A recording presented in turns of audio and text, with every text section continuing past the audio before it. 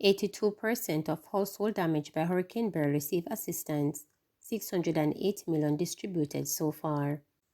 The Social Security Minister is reporting that 82% of households that suffered damage from Hurricane Beryl have received reconstruction checks under the Rebuild Jamaica initiative.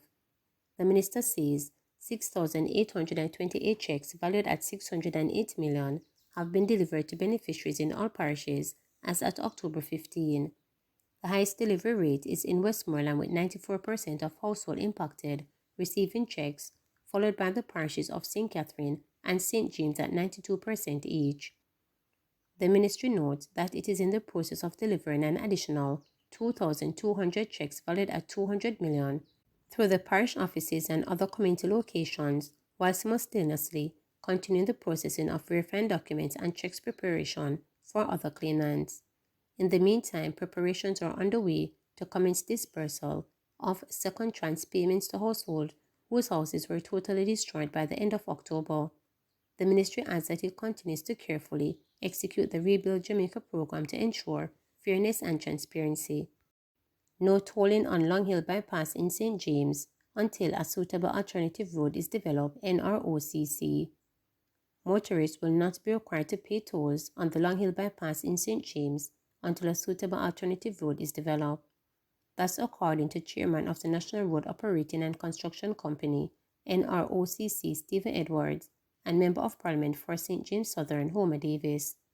They were responding to concerns raised by residents and other stakeholders, including President of the Montego Bay Chambers of Commerce and Industry, Oral Heaven. During a community meeting at the Montclair Baptist Church, Edwards and Davis explained why the road will be toll-free for now. According to the Toll Roads Act, the law that deals with the toll roads, if we charge toll, we have to provide a suitable alternative, right? So what we're saying to you now, given the situation, there will be no plans to toll the Long Hill Bypass at this time. Okay. Right. Thanks. But the presentation opened tonight by saying that there's a toll plaza at Montpelier. No, that toll plaza won't be effective. So you will be able to use the Long Hill Bypass free until the alternate routes can be in a state where you can use it. Mandeville Regional Hospital receives Jamaican $23 million in equipment donation. Healthcare of Mandeville Regional Hospital in Manchester has been boosted by the donation of an eye laser machine and 23 patient stretchers valued at Jamaican $23 million. The items were donated on October 16 by the Church of Jesus Christ of Latter-day Saints and the Rotary Club of Mandeville. Hospital CEO Alwyn Miller said the donation is extremely significant and will have a major impact on our services. Our eye machine recently went down and could not be repaired, so we are indeed grateful, he said, noting that the ophthalmology unit handles over 200 surgeries annually. Dr. Alwyn Henry, Senior Registrar and the Acting Head of the Accident and Emergency Department, added that the stretchers will greatly aid in managing the overcrowding. Occasionally, we face the challenge of no available stretchers for patients, so this contribution comes at an opportune time. Since they arrive, they have already been in use, he explained. Jamaicans urged to drive responsible this Heroes Weekend.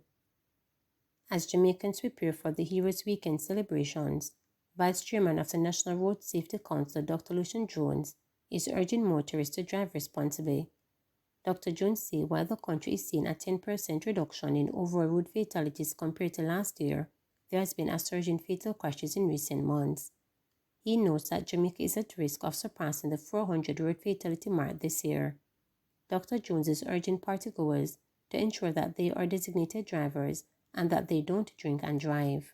So far for this year, 299 people have died, 21 in October, which is more than one a day. And ominously, there were 16 days during the year so far when 4 or more people died, which is why we are worried that if this continues, we may exceed the number of people who died last year if we're not careful. So many crashes, so many fatal crashes. And the danger is that if we don't curb what is happening now, we are entering into a holiday period over the weekend and towards Christmas next couple of months. We really have to make sure that enforcement is at the top of their game to prevent people from drinking alcohol or smoking ganja and driving. This is what tends to happen over the holidays. And therefore, we need to encourage people again, do not drink and drive. Make sure you have a designated driver over this weekend, the holiday weekend, between now and Monday night. Ahead of the park, students at Seaside Primary School at Hector Zero, Portland are now learning in more comfort after 4 of 7 classrooms that were retrofitted with air conditioning AC units. Principal Ade Lewis says efforts are being made to have the ACs in the other classrooms by the end of this month. But to do this, the school have to raise $120,000 for each unit. It's a challenge and a twofold one.